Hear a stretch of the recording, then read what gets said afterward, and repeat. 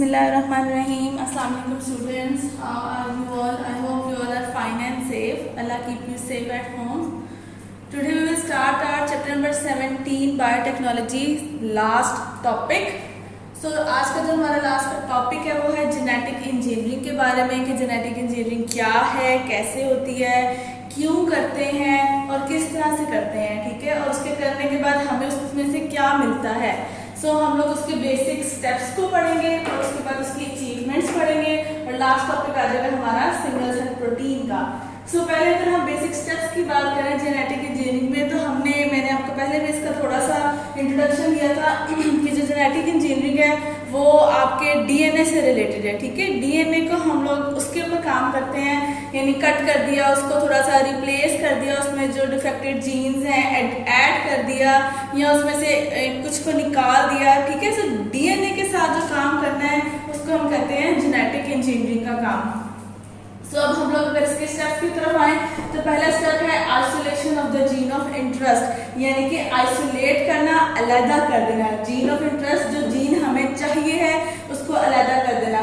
Suppose के हम लोग इंसुलिन बनाना चाह रहे हैं, ठीक है। सो इंसुलिन के लिए क्या करेंगे, पहले हम एक ह्यूमन सेल लेंगे, उसके क्रोमोसोम्स लेंगे और उसके क्रोमोसोम में पहले तो हम ढूंढेंगे कि वो जीन जो इंसुलिन बनाती है वो कहाँ है। सपोज ये ब्लू कलर, ये बाकी सारा ग्रीन है, ये नॉर्मल आपका डीएनए है जिसमें बहुत सारी और जीन्स हैं, लेकिन इनमें से ये जो ब्लू कलर वाली जीन है ये वो जीन है जो इंसुलिन बना रही है। सो हम इसको आइसोलेट कर लेंगे, यानी नॉर्मल बाकी सब डीएनए से इसको निकाल लेंगे बाहर कट करके, ठीक है। सो ये आइसोलेटेड जीन ऑफ इंटरेस्ट हो गई, ये हमारा फर्स्ट स्टेप हो गया इसमें, ठीक है।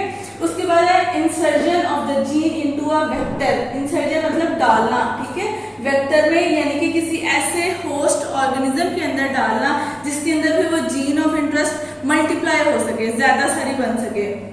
सो वेक्टर हमारा आ जाएगा एक बैक्टीरियम। बैक्टीरियम के अंदर एक तो उसका ये अपना डीएनए जो है वो फ्लोट कर रहा होता है, इसके अलावा उसके पास एक्स्ट्रा सेलुलर डीएनए भी होता है, ठीक है। ये जो ग्रीन कलर का है ये उसका अपना डीएनए है जो कि फ्लोट कर रहा होता है उसकी बॉडी के अंदर, उसमें कोई स्पेसिफिक न्यूक्लियस नहीं होता। इसके अलावा इसके पास एक्स्ट्रा डीएनए जिसको हम सर्कुलर डीएनए प्लाज्मिड का नाम देते हैं। हम क्या करेंगे, हम उसके ओरिजिनल डीएनए के साथ तो नहीं कुछ भी छेड़छाड़ करेंगे, लेकिन जो ये आइसोलेटेड डीएनए जो प्लाज्मिड डीएनए सर्कुलर डीएनए, हम इसमें से इसको निकाल लेंगे, ठीक है। इसको आइसोलेट कर लिया, फिर इसका थोड़ा सा पोर्शन कट करेंगे ताकि इसके अंदर हमने जो अपनी जीन ऑफ इंटरेस्ट कट की थी वो उसके साथ ऐड कर दें, और फिर हम लोग उसको वहां से कट करने के बाद अपनी जीन ऑफ इंटरेस्ट के साथ ऐड करेंगे और एक ये आपका कह लो कि कंबाइनेशन बन जाता है जो कि हम दोबारा उसी बैक्टीरिया में वापस डाल देंगे। और उस बैक्टीरिया के अलावा भी हम बहुत सारे और बैक्टीरिया, ये तो मैंने एक यहाँ बनाया ना, हम यहाँ पे देखो मैंने यहाँ नीचे 2 बना दिए, मैं 5, 6, 7 भी बना सकती थी कि ये हमने जितने बैक्टीरिया लिए हम उतने ही बैक्टीरिया के अंदर से उनका सर्कुलर प्लाज्मिड डीएनए अलग करें और अपनी जीन ऑफ इंटरेस्ट उसके अंदर डालते जाएं। देन आ जाता है transfer of recombinant DNA into host organism, कि अब ये जो सा था आपका बैक्टीरियम, जब हमने इसके अंदर अपना वो जो जीन ऑफ इंटरेस्ट और साथ में उसका सर्कुलर डीएनए उसको जो कंबाइन करके हमने जो ये बनाया था इसको जब हम इसके अंदर डाल देते हैं तो वो कह लेते हैं कि उसको हम अब क्या नाम देंगे, रिकम्बिनेंट डीएनए का, यानी अब ये रिकम्बिनेंट डीएनए बन चुका है और ये हम लोगों ने अपने होस्ट ऑर्गेनिज्म के अंदर डाल दिया। देन आ जाता है growth of the GMO. GMO यानी जेनेटिकली मॉडिफाइड ऑर्गेनिज्म। पहले ये ऑर्गेनिज्म नॉर्मल था, लेकिन अब इसके अंदर हमने अपनी रिक्वायर्ड अमाउंट की कोई चीज डाल दी है, तो अब ये वाला जो आपका ऑर्गेनिज्म है, बैक्टीरिया है, ये आ जाएगा जेनेटिकली मॉडिफाइड ऑर्गेनिज्म बन जाएगा, ठीक है। यानी हमने इसको जेनेटिकली खुद मॉडिफाई कर दिया, चेंज कर दिया। देन आता है एक्सप्रेशन ऑफ द जीन, यानी कि अब वो जीन जितनी दफा ये मल्टीप्लाई करेगा आगे फर्दर वो हमारी जीन जो हमने इसके साथ डाली थी वो भी मल्टीप्लाई करती जाएगी। यहाँ पे तो मैंने सिर्फ इसको 1 से 2 में डिवाइड किया ना, आगे अगर आप इसको भी फर्दर डिवाइड करो तो ये भी 1 अगेन 2 में आएगा, फिर वो 2 में से 1 अगेन 2 में आएगा। यानी हमें जितनी डिजायर अमाउंट तक वो प्रोटीन या वो इंसुलिन या वो जो भी हमें जीन ऑफ इंटरेस्ट चाहिए वो उतनी देर तक हम अपने उस बैक्टीरिया को मल्टीप्लाई होने दे सकते हैं। इसके अलावा यहाँ पे ये मैंने एक लिया तो मैं यहाँ पे एक की ही साथ ये काम कर सकती थी, मैंने आपको 2 इसलिए बना के बताया ताकि हम लोग 2 की जगह 4, 5, 6 जितने मर्जी चाहे हम उतने बैक्टीरिया लेकर उनके अंदर जीन ऑफ इंटरेस्ट डालकर और उसकी हम लोग यानी ग्रो करवा सकते हैं। ग्रो करवाने के बाद हम अगेन उनकी उस कल्चर में से वो जो रिकम्बिनेंट डीएनए हमने जो सर्कुलर डीएनए के साथ अपनी जो वो डाली थी उसको अलग करके उसमें से अपनी जीन ऑफ इंटरेस्ट अलग कर लेंगे और हमारे पास वो हमारी रिक्वायर्ड अमाउंट ऑफ जो भी हमने वो चीज़ लेनी थी वो हमें मिल जाएगी। उसके बाद यानी जो एक्सप्रेशन ऑफ द जीन है, यानी वो जो चीज़ जहाँ पर भी हमने निकाली है, अगर वो इंसुलिन है इट मीन्स कि वो इंसुलिन रेडी है अपना जो एक्सप्रेशन है वो हमें एक्सप्रेस करने के लिए, ठीक है। यानी वो इंसुलिन रेडी है कि हम किसी ह्यूमन को वो दे सकें कि वो उसके अंदर जाके अपना काम परफॉर्म कर सके। इसी तरह इसके अलावा खाली इंसुलिन ही, ये सारी अचीवमेंट्स हैं जो हम लोगों ने जेनेटिक इंजीनियरिंग के थ्रू की हैं और ये हम लोगों ने बनाई है और बनाने के बाद इन्होंने अपना अपना एक्सप्रेशन शो किया है। अब कुछ के यहाँ नाम है, मैं जस्ट नेम यहाँ ले रही हूँ, बाकी हम बुक से डिटेल पढ़ेंगे कि इनका फंक्शन क्या है। फर्स्ट है human insulin, then human growth hormone. जैसे अब बहुत सारे ऐसे यानी बच्चे हैं जो कि ठीक से डाइट नहीं लेते हैं जिसकी वजह से वो थोड़ा छोटे हाइट के रह जाते हैं, सो उनको भी हम ग्रोथ हार्मोन देकर उनकी हाइट बढ़ा सकते हैं। देन थायरोसिन है, beta endorphin, vaccine, interferon, urokinase, haemophilia, blood disease, nitrogen fixing plant, यानी ऐसे प्लांट जो कि नाइट्रोजन को फिक्स कर रहे हैं। वेल बाकी इन सब की डिटेल हम बुक से पढ़ेंगे। लास्ट टॉपिक आपका आ जाता है सिंगल सेल प्रोटीन, इसको हम एब्रिविएटेड फॉर्म में भी लिखते हैं SCP। सिंगल सेल प्रोटीन का आपको नेम ही बता रहा कि क्या है, ऐसी प्रोटीन जो कि आप कहां से ले रहे हो, सिंगल सेल से, यानी कि यूनिसेलुलर ऑर्गेनिज्म से जो आप प्रोटीन लेते हो उसको कहते हैं सिंगल सेल प्रोटीन। ये किसने इसके ऊपर काम किया, डॉक्टर क्रिमशॉ ने इसके ऊपर काम किया। उन्होंने क्या किया, उन्होंने प्रोटीन कंटेंट को एक्सट्रैक्ट किया यानी निकाला। किससे निकाला, यहाँ प्योर कल्चर यानी कि सिर्फ एल्गी थी, सिर्फ यीस्ट थी, सिर्फ फंजाई थी और यहाँ बैक्टीरिया था, या फिर मिक्स्ड कल्चर यानी इन सब का मिक्सचर था। इन सब के मिक्सचर में से, इन सब के प्योर कल्चर में से उन्होंने इनके अंदर से प्रोटीन को निकाला और उस प्रोटीन को फिर हम लोग आजकल यूज कर रहे हैं अपने खाने के अंदर, ठीक है। सो बाकी हम डिटेल इसकी बुक से पढ़ेंगे कि इसका आने से हमारी जो कह लें कि इन्वायरमेंट है, जो हमारा वर्ल्ड है, उसके अंदर क्या बेनिफिट्स हैं और क्या नुकसान है। वेल अभी तक इसका नुकसान तो नहीं कोई हमें नजर आया, बेनिफिट बहुत ज़्यादा है। वो बेनिफिट क्या है वो हम बुक से पढ़ेंगे। अब आप आ जाए बुक के पेज नंबर 144 पे। So this is your page number 144. Let's start genetic engineering. Genetic engineering or recombinant DNA technology involves the artificial synthesis, modification, removal, addition and repair of the genetic material that is DNA. So उन्होंने again आपको genetic engineering की definition बता दी है, या आप उसको genetic engineering का नाम दे लो या फिर उसको recombinant DNA का नाम दे लो। recombinant मतलब दोबारा से, recombinant मतलब जोड़ना, यानी ऐसी चीज़ों को अलहदा किया, स्पेसिफिक डीएनए को, फिर उसमें से जो रिक्वायर अमाउंट हमारी चाहिए थी जीन की, हमने उसको एक्सट्रैक्ट करके उसको जोड़ा। सो इसलिए इसको उन्होंने रिकम्बाइनेंट डीएनए का नाम भी दिया है। सो ऐसे प्रोसेस को या टेक्नोलॉजी को उन्होंने रिकम्बाइनेंट डीएनए टेक्नोलॉजी का नाम दे लिया। वो कह रहे हैं कि इसमें क्या क्या है, आर्टिफिशियल सिंथेसिस, यानी हम बाहर खुद से वो एक पूरा क्रोमोसोम या एक वो जीन ऑफ इंटरेस्ट बनवा रहे हैं, मॉडिफाई चेंज कर रहे हैं, रिमूवल निकाल रहे हैं, एडिशन डाल रहे हैं, रिपेयर यानी कुछ खराबी है तो उसको सही कर रहे हैं। किसको, डीएनए को।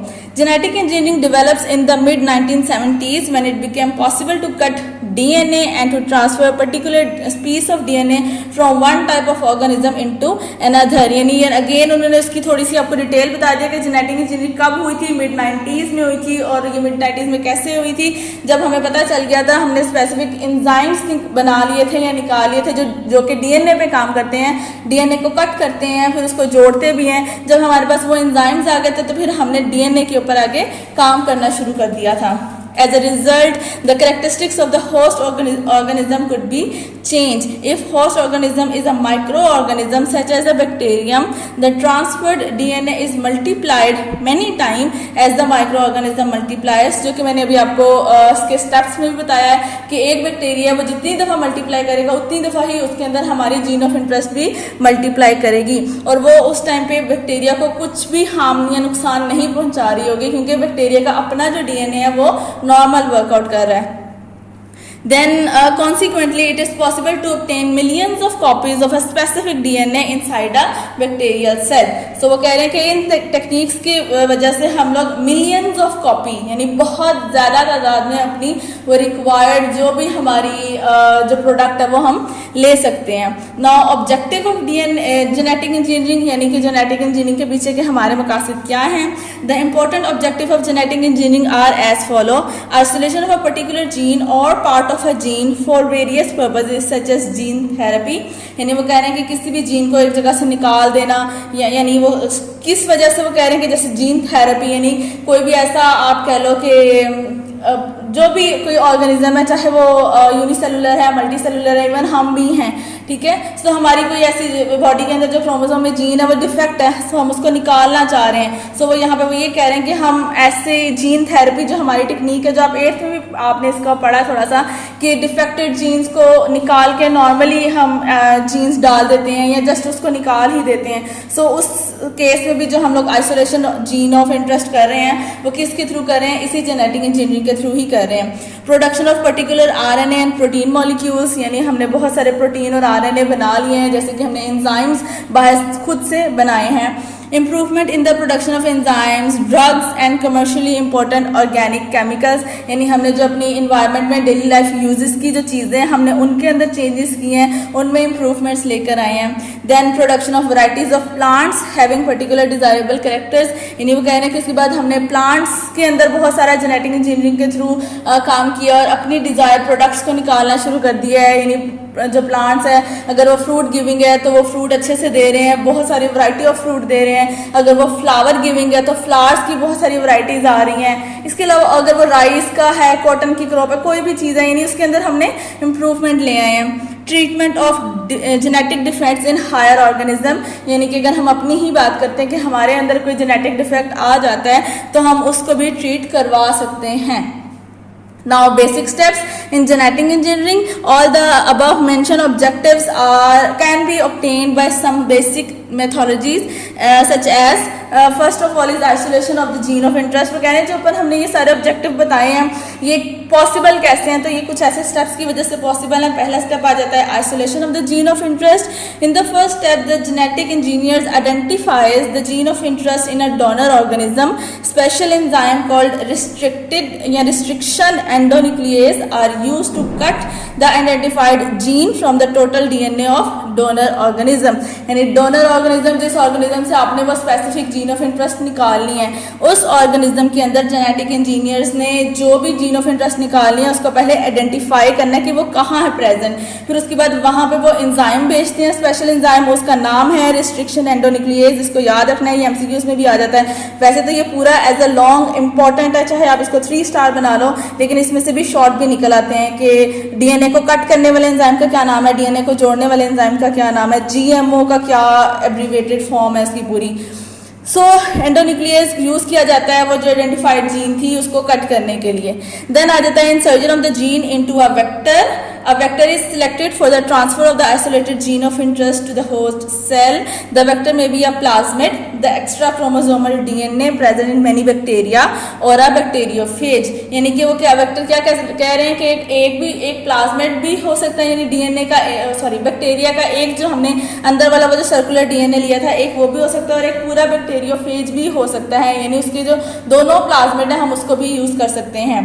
The gene of interest is attached with the vector DNA by using endonuclease. अब यहाँ पे जोड़ने वाला जो DNA है उन्होंने यहाँ पे वो बात किया कि attach with gene of interest थी उसको हमने जो वेक्टर DNA के साथ यानी वो जो प्लाज्मिड के साथ अटैच किया था वो किससे अटैच किया था वो हमने एक और एंजाइम लिया था जिसका नाम है एंडोन्यूक्लिएज.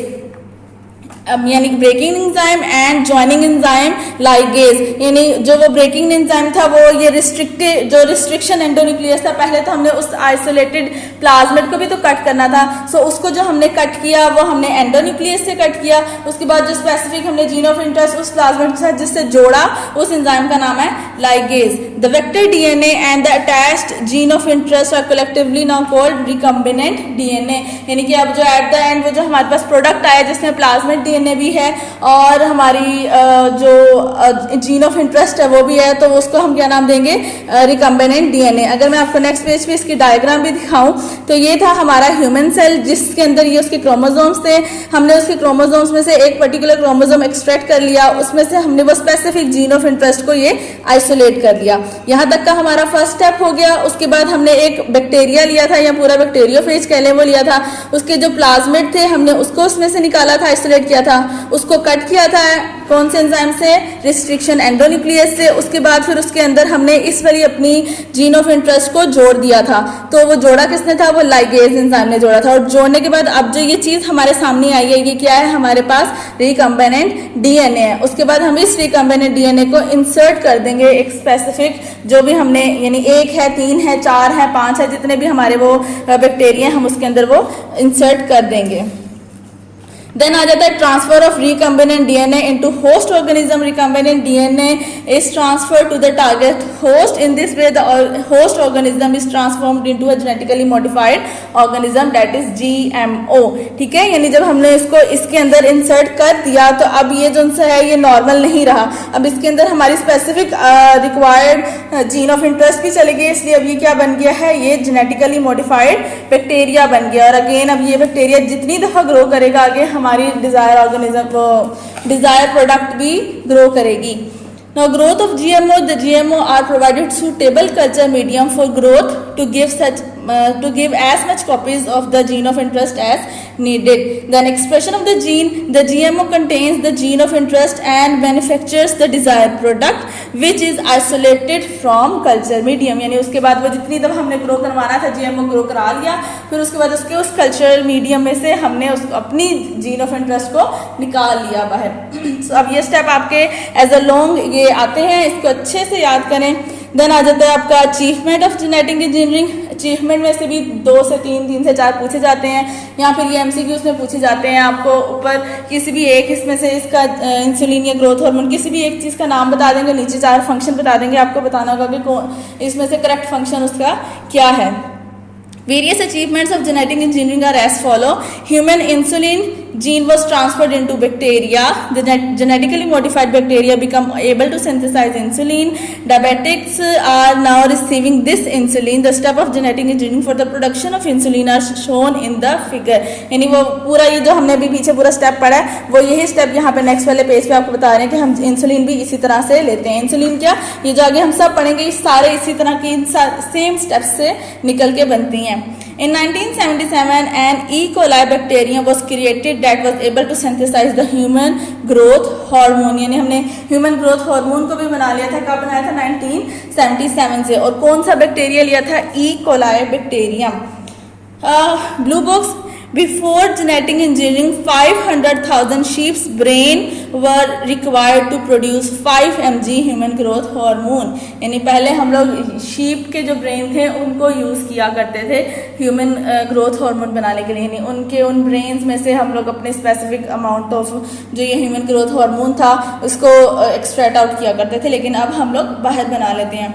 द हार्मोन थाइमोसिन विच में prove effective against brain and lung cancer has been produced by genetically modified microorganism. Thymosin का क्या काम हुआ कि यह हमारे ब्रेन कैंसर या लंग कैंसर जो है उसके अंदर अपना रोल प्ले करता है, और ये भी हमने जेनेटिकली मॉडिफाइड ऑर्गेनिज्म से बना लिया है।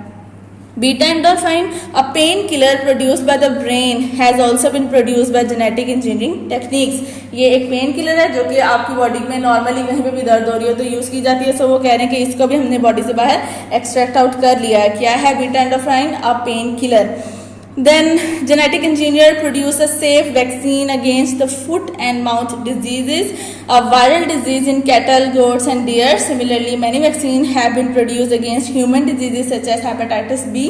इसके अलावा भी बहुत सारी वैक्सीन हमारी अब बन चुकी हैं जो कि स्पेशली जब आप बच्चे होते हो तभी दे दी जाती हैं ताकि वो आपके अंदर शुरू से ही इम्यूनिटी स्ट्रॉन्ग हो जाए। देन आता है interferon. Interferon are antiviral protein produced by cells infected with virus, यानी ऐसे सेल्स जिनमें वायरस आ जाता है, उन सेल्स में एंटीवायरल प्रोटीन जिसका नाम है इंटरफेरोन वो बनती है। इन 1980 interferon was produce in the genetically modified organism for the first time. The enzyme urokinase which is used to dissolve blood clot। Urokinase क्या है? एक एंजाइम है जो कि क्या काम कर रहा है, हमारी बॉडी में अगर कहीं पे ब्लड क्लॉट हो जाता है तो उसको ये ख़त्म करता है, डिसॉल्व करता है। Has been produce by genetically modified organism, ये भी हम बाहर बना रहे हैं। Then now it has become possible to modify the genes in the human egg cell, यानी कि एम्ब्रियोनिक स्टेज पे ही हम अगर डिफेक्ट कोई जीन में आ जाता है तो हम उसको भी चेंज कर सकते हैं। This can lead to the elimination of inherited diseases like haemophilia. तो वो कहने के इससे क्या होता है कि जो इनहेरिटेड डिजीजेज हैं जो कि पेरेंट्स से आगे बच्चों में आती हैं, यानी पेरेंट्स में उनके पेरेंट्स से गई हैं आई हैं, फिर उनसे आगे बेबीज़ में आ रही हैं, सो ऐसे डिजीज़ को अब हम फीटल टाइम पे ही, फीटल डेवलपमेंट के टाइम पे ही ठीक कर सकते हैं। और उन्होंने एक डिजीज़ का नाम यहाँ पे बता दिया, हीमोफीलिया। देन आ जाता है genetic engineering technique can also be use to cure blood diseases like thalassaemia and sickle cell anaemia which results from defects in the single gene. Normal genes could be transferred into the bone marrow. बड़े होकर तो इसमें ये disease ने इसको नहीं ठीक कर सकते, लेकिन जब बेबी बॉर्न होता है छोटे ही टाइम पे, जब वो छोटा होता है तो अगर ये डिजीज़ वहाँ पे पता चल जाती है कि बेबी में ये ब्लड की डिजीज़ है, जैसे थैलेसीमिया या सिकल सेल एनीमिया उन्होंने कहा है, यानी इसमें उनके ब्लड में से कोई एक ऐसा पोर्शन होता है, चाहे वो वाइट ब्लड सेल है चाहे वो रेड ब्लड सेल है, बेसिकली ज़्यादा रेड ब्लड सेल से के साथ ही कुछ प्रॉब्लम आ जाती है। सो उसको हम लोग उसकी जीन्स उधर से एक्सट्रैक्ट आउट करके और न्यू जीन्स उसके बोन मैरो में डाल देते हैं, देन वो उसका जो ब्लड है वो ठीक हो जाता है। Genetic engineering have developed plants that can fix nitrogen directly from the atmosphere. Such plants need less fertilizers। यानी हमने ऐसे प्लांट्स भी बना लिए हैं जो आपकी इन्वायरमेंट में नाइट्रोजन है उसको डायरेक्टली फिक्स कर लेते हैं। सो ऐसे प्लांट्स का जो सॉइल है उसके अंदर नाइट्रोजन फिक्सिंग बैक्टीरिया का होना ज़रूरी नहीं है, या फिर हम लोग जो उनको फर्टिलाइजर्स डालते हैं in the form of nitrates या नाइट्राइड्स वो भी हमें कम डालने पड़ते हैं, क्योंकि डायरेक्टली नाइट्रोजन तो आपके प्लांट्स नहीं लेते हैं ना, उस डायरेक्ट नाइट्रोजन को पहले प्लांट के सॉइल के अंदर जो बैक्टीरिया प्रेजेंट होते हैं नाइट्रोजन फिक्सिंग बैक्टीरिया वो पहले कन्वर्ट करते हैं नाइट्राइड में, देन नाइट्रेट्स में, और देन फिर वो यानी प्लांट की बॉडी वो यूज़ करती है। सो वो कह रहे हैं कि उन्होंने वो वाला काम ही खत्म कर दिया, डायरेक्ट प्लांट को ही ऐसा बना दिया जो कि एनवायरनमेंट में जो नाइट्रोजन है उसको फिक्स कर सकें। देन हमारा लास्ट टॉपिक आ जाता है सिंगल सेल प्रोटीन, यानी ऐसी प्रोटीन जो कि एक सेल से बनी है। In genetic engineering we have studied about the transformation of micro organism by the introduction of gene of beneficial protein, for example insulin.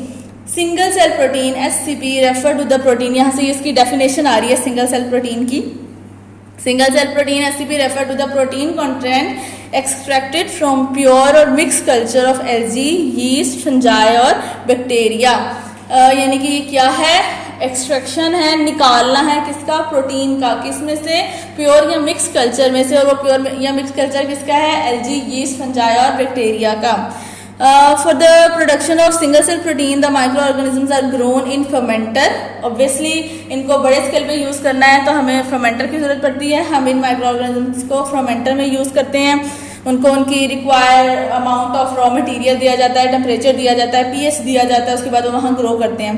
These microorganisms utilize a variety of substrate like agricultural waste, industrial waste, natural gas like methane, etc. यानी कि जो मैंने आपको कहा raw material. सो इनके लिए, इनकी growth के लिए इनका रॉ मटेरियल क्या है, एग्रीकल्चर वेस्ट है, इंडस्ट्रियल वेस्ट है, नेचुरल गैस है, यानी हमारा जो वेस्ट प्रोडक्ट है वो इनके लिए यूजफुल प्रोडक्ट है। सो आप कह सकते हो इनडायरेक्टली हमारा जो वेस्ट जो कि पोल्यूशन क्रिएट कर रहा है हमारी इन्वायरमेंट में वो सिंगल सेल प्रोटीन की वजह से कम हो जाता है, पोल्यूशन नहीं होगी। Then microorganisms grow very vigorously and produce a high yield of protein. The protein content produced by microorganism is also known as novel protein or mini food.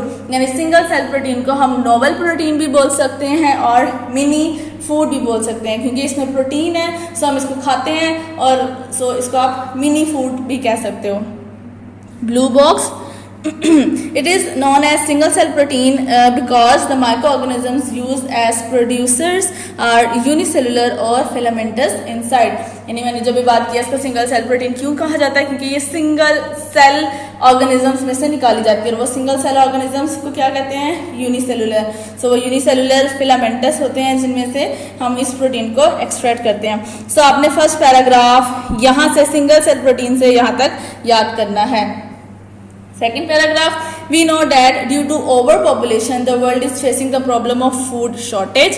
In future, the conventional agricultural method might not be able to provide a sufficient food supply, especially protein. For a better management of food shortage problem in human and domestic animals, the use of microbes as the producer of single cell protein has been successful as on experimental basis.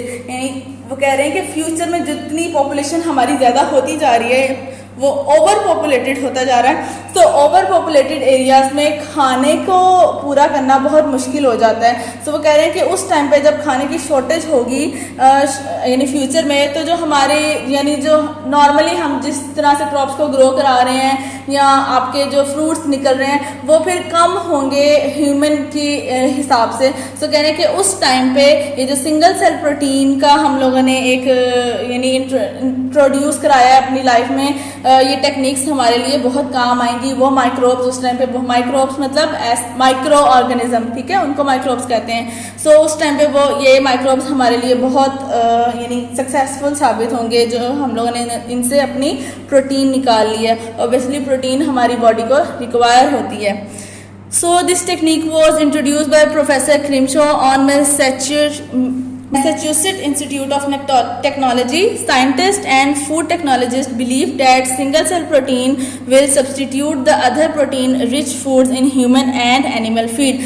आपको यहाँ से याद करना है this technique से, ठीक है. वो कह रहे हैं कि ये टेक्निक किसने दी है, प्रोफेसर क्रिमशो ने दी है. और वो कह रहे हैं कि इस टेक्निक से क्या होगा, सिंगल सेल प्रोटीन से हम अपनी प्रोटीन निकाल लेंगे और वो हमारा एज अ फूड काम करेगी, ह्यूमन के लिए भी और एनिमल्स के लिए भी. देन लास्ट पैराग्राफ आपको सारा ही याद करना है, ये इंपॉर्टेंट है. वो बता रहे हैं इसमें कि हम कितनी एरिया में कितनी ज़्यादा ये सिंगल सेल प्रोटीन ले लेते हैं. All scientists recognize the significance of the production of single cell protein. The microorganisms grow very vigorously and produce a high yield. यानी vigorously बहुत जल्दी वो आप खुद को reproduce कराते हैं और हमें ज़्यादा यानी जो हमारी प्रोटीन कंटेंट है वो देते हैं. It has been calculated that 50 kilogram of yeast produce about 250 ton of protein. यानी अगर हम 50 किलोग्राम yeast लेते हैं तो उससे हम कितनी प्रोटीन ले रहे हैं, 250 टन. और कितनी देर में ले रहे हैं, विद इन 24 आवर, यानी 24 घंटों के अंदर अंदर, एक दिन रात के अंदर हम 250 टन ऑफ प्रोटीन ले रहे हैं. Algae grown in ponds produce 20 ton dry weight of protein per acre year. This yield of protein is 10 to 15 times higher than soyabeans and 20 to 15 times higher than corn. यानी जो हमारे normal जो हम खेतों में अपनी ये कॉर्न और सोयाबीन उगा रहे हैं, इससे 10 to 15 या 20 to 50 टाइम ज़्यादा प्रोडक्शन है हमारी एल्गी से जो हम प्रोटीन ले रहे हैं. When single cell protein are produced by using yeast, the product also contain high vitamin content. Yeast में विटामिन भी है, इसलिए वो कह रहे हैं कि ऐसी प्रोटीन जो यीस्ट से निकल रही है उसके अंदर विटामिन भी होगा. In the production of single cell protein, industrial waste are use as raw material for micro organism. It helps in controlling pollution. जो कि मैंने आपको पहले ही बात बता दिया कि इनका जो रॉ मटेरियल होता है जब हम फर्मेंटर में इनको ग्रो करा रहे होते हैं वो क्या होता है, वो industrial waste, agricultural waste, natural gas, methane, ये चीज़ें होती हैं. सो वो जो हमारे लिए पोल्यूशन क्रिएट कर रही होती हैं वो जब हम लोग इनके लिए यूजफुल है, इनको एज अ रॉ मटेरियल देंगे तो इन्वायरमेंट में से ऑटोमेटिकली पोल्यूशन कम हो जाएगा. The use of single cell protein has good prospects in future because they contain all essential amino acids. Moreover the production of single cell protein is independent of seasonal variation. इसके अलावा कह रहे हैं कि जो single cell protein है वो हमारे लिए गुड क्यों है, क्योंकि उसके अंदर जितने हमें अमाइनो एसिड चाहिए वो सारे मिलते हैं. इसके अलावा वो यानी ये इसकी जो प्रोडक्शन है ये हमारी कोई सीजनल नहीं है, सर्दियों में उगेगी या गर्मियों में उगने वाली क्रॉप है या स्प्रिंग सीजन में है या ऑटम, यानी ये सीजनल नहीं है. इसको आप कभी भी कहीं पर भी ग्रो करा के माइक्रो ऑर्गेनिज्म को उसमें से निकाल सकते हैं. सो आपका टॉपिक हो गया ख़त्म, इवन चैप्टर भी ख़त्म हो गया. चैप्टर में जो इम्पोर्टेंट है, ये जो मैंने आज आपको डायग्राम पूरी कराई है बेसिक स्टेप्स की, इसको आपने अच्छे से करनी है। फर्मेंटर को अच्छे से याद करना है। बेसिक स्टेप्स आपका जो सा ये लॉन्ग आ जाता है उसको करना है। सिंगल सेल प्रोटीन पे समटाइम्स आ जाता है, वैसे तो शॉर्ट ही आता है, लेकिन कभी यानी 10 में से 2 टाइम्स आपका जो सा इसको लॉन्ग में भी दे दिया जाता है। इसके अलावा फर्मेंटर शॉर्ट में आ जाता है, डिफरेंशिएट बिटवीन बैच फर्मेंटेशन और कॉन्टिन्यूस फर्मेंटेशन। एडवांटेजेस शॉर्ट में आ जाते हैं। इंडस्ट्रियल प्रोडक्ट्स को एमसीक्यूज में पूछा जाता है। आपका जो अल्कोहलिक ये कार्बोहाइड्रेट फर्मेंटेशन है ये लॉन्ग में आता है। एप्लीकेशन लॉन्ग में आती है। सो जितने लॉन्ग है इनको आपने अच्छे से याद करके लिखना है। अल्लाह हाफिज।